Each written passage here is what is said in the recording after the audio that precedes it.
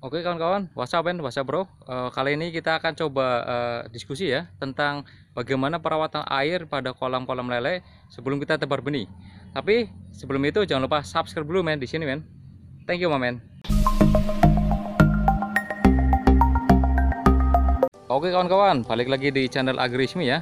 Kali ini kita akan coba bahas mengenai perawatan air sebelum kita tebar benih ya. Nah ya, kita sudah ada kolam baru di sebelah pojok sana yang baru kita buat. Nah ini kita akan coba nanti diskusi mengenai bagaimana perawatan air sebelum kita tebar benih lele kawan-kawan semua. Oke, ini kolam ini kita sementara isi dengan ikan nila ya. Ya nanti kita akan pindah ke kolam bawah ya. Nanti kalau kita sudah mulai sortir lele, nah ini kolamnya sudah jadi ya karena sudah lama sekali airnya, jadi tidak perlu perawatan. Nah sekarang pertanyaannya di kolam sebelah sana ya. Ini ada kolam ini sedang kita perawatan airnya teman-teman semua. Nah sebelah sana juga ya. Nanti kita coba lihat bagaimana perawatan air ya kawan-kawan semua ya, untuk bisa sebelum tebar benih itu biar benihnya itu aman. Oke, apa aja yang perlu kita persiapkan, alat dan obatnya seperti apa, kita akan simak berikut ini men. Oke kawan-kawan semua ya. Nah ini kita sudah ada tong dan beberapa ramuan ya kawan-kawan semua ya. Jadi saya lebih suka itu kalau persiapan air sekalian buat yang banyak ya. Untuk bahan-bahannya sih sebenarnya gampang ya. Jadi teman-teman semua bisa beli ya di toko-toko perikanan atau toko-toko apa. Ramuan paling tidak ini kita butuh probiotik dulu. Untuk namanya fermentasi kita biasanya pakai ini E4 ya. Harga satu botol sekitar 20 ribuan lah. Ini sebagai bakteri aktivator. Atau teman-teman semua yang ingin kolamnya adalah bentuknya kolam RWS atau red water system yang enggak hijau tapi merah ya, merah darah itu, nanti bisa pakai bakterinya tuh, pakainya adalah bukan E4, jadi bukan bakteri E4. E4 juga bisa tapi lebih bagus pakainya bakteri Ragitape. Nanti bisa beli di pasar Ragitape. Nanti ada campurannya berbagai macam lah, ada Yakult, ada kelapa segala macam. Nanti bisa dilihat aja di video yang pernah saya buat di sini. Nanti di deskripsi nanti bisa dilihat ramuan RWS. Nah kita bicara kali ini ada ramuan green water system ya kawan-kawan semua ya. Jadi tambahannya ini bakteri aktivator E4 dan juga tambahannya adalah ini kawan-kawan semua, yaitu pohot atau gula jawa cair ya. Gula jawa cair atau bahasa sininya adalah pohot. Nah kita cukup simpel aja ini teman-teman. Jadi campurkan ini dengan pohot ya. Percampurannya untuk kira-kira jadi satu dirigen seperti ini ya. Satu dirigen ini apabila teman-teman untuk namanya stok jangka panjang bisa dibuat satu dirigen ini. Nah tambahannya adalah pertama E4 paling tidak 10 takaran ini, tutup botol ya, tutup botol ini ya, 10-an sebagai bakteri aktivator pertama ya, sebagai bakteri aktivator pertama. Lalu ditambah air. Nah makanan dari E4 ini adalah gula jawa, itu gula jawa cair ya teman-teman semua.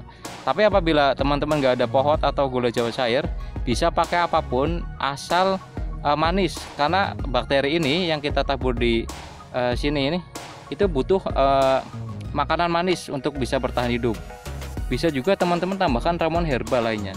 Bisa misalkan ada temulawak, jahe, itu pun terserah.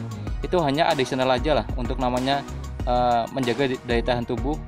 Intinya kita persiapan air dengan matang lah ya, dengan matang sehingga sebelum kita tebar benih lele itu sudah nyaman dulu di air. Jangan sampai kita air belum jadi langsung asal tebar ya. Mungkin awal mula lele mati itu gara-gara airnya pertama, jelas. Meskipun kita lihat airnya itu bening ya, bening jernih, tapi itu bukan kondisi ideal untuk lele bisa bertahan hidup sebenarnya. Air yang jernih, air yang bening itu bukan. Tapi justru ketika di sini sudah banyak plankton seperti ini ya. Ya, ini kan banyak plankton nih. Udah mulai ada oksigen segala macam. Nah, ini sedang terjadi proses fermentasi kawan-kawan semua ya. Dan bentuk airnya itu udah mulai hijau kawan-kawan semua nih. Kalau kita lihat ya kan hijau. Bentuknya udah mulai hijau. Jadi tinggal nanti kita tunggu beberapa hari setelah kita rutin tebar ramuan ya, ramuan di kolam-kolam kita ya.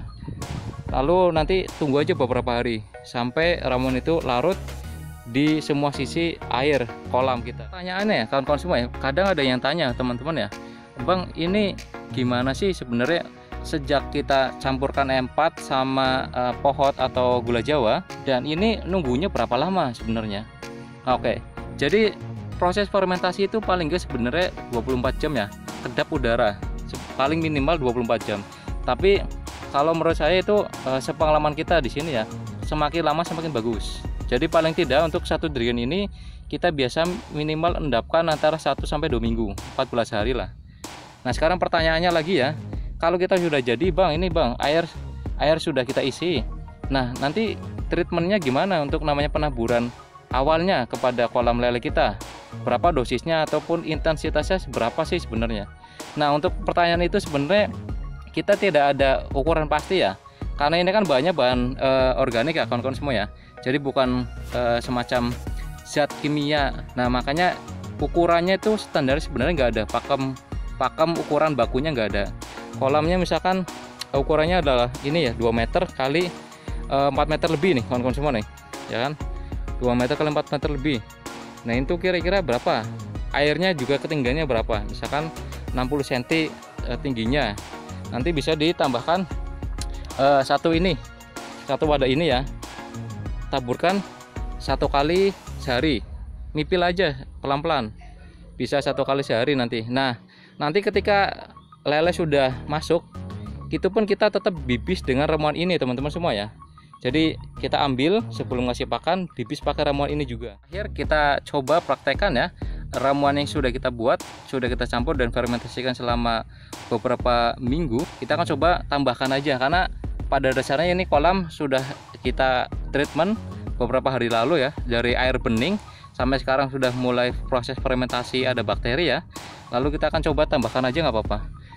Nah karena kita sudah treatment dari awal lah, jadi nggak perlu satu full penuh, ini nggak perlu. Jadi ini nanti buat 2 kolam pun bisa. Oke kawan-kawan, kita tebar aja seperti ini ya.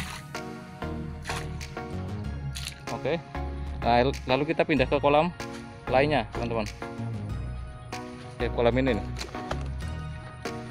Oke, nah ini sudah mulai proses fermentasi semua nih.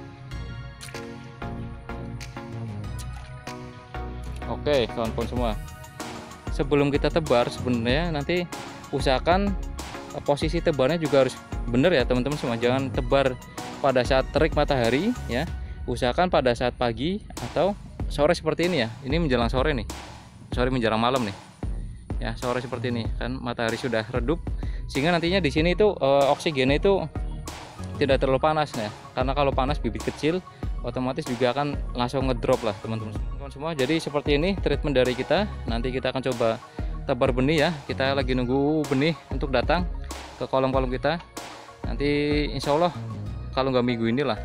Jadi kita bareng-bareng coba amati gimana kondisi lele dengan treatment seperti ini yang sedang kita lakukan. Terima kasih, tetap ikuti channel ini, diskusi bareng-bareng, apa yang salah kita tingkatkan, apa yang benar kita pertahankan. Oke, bareng-bareng belajar di sini ya. Jangan lupa subscribe di sini kawan-kawan. Thank you, Mamen. Salam Agrismi.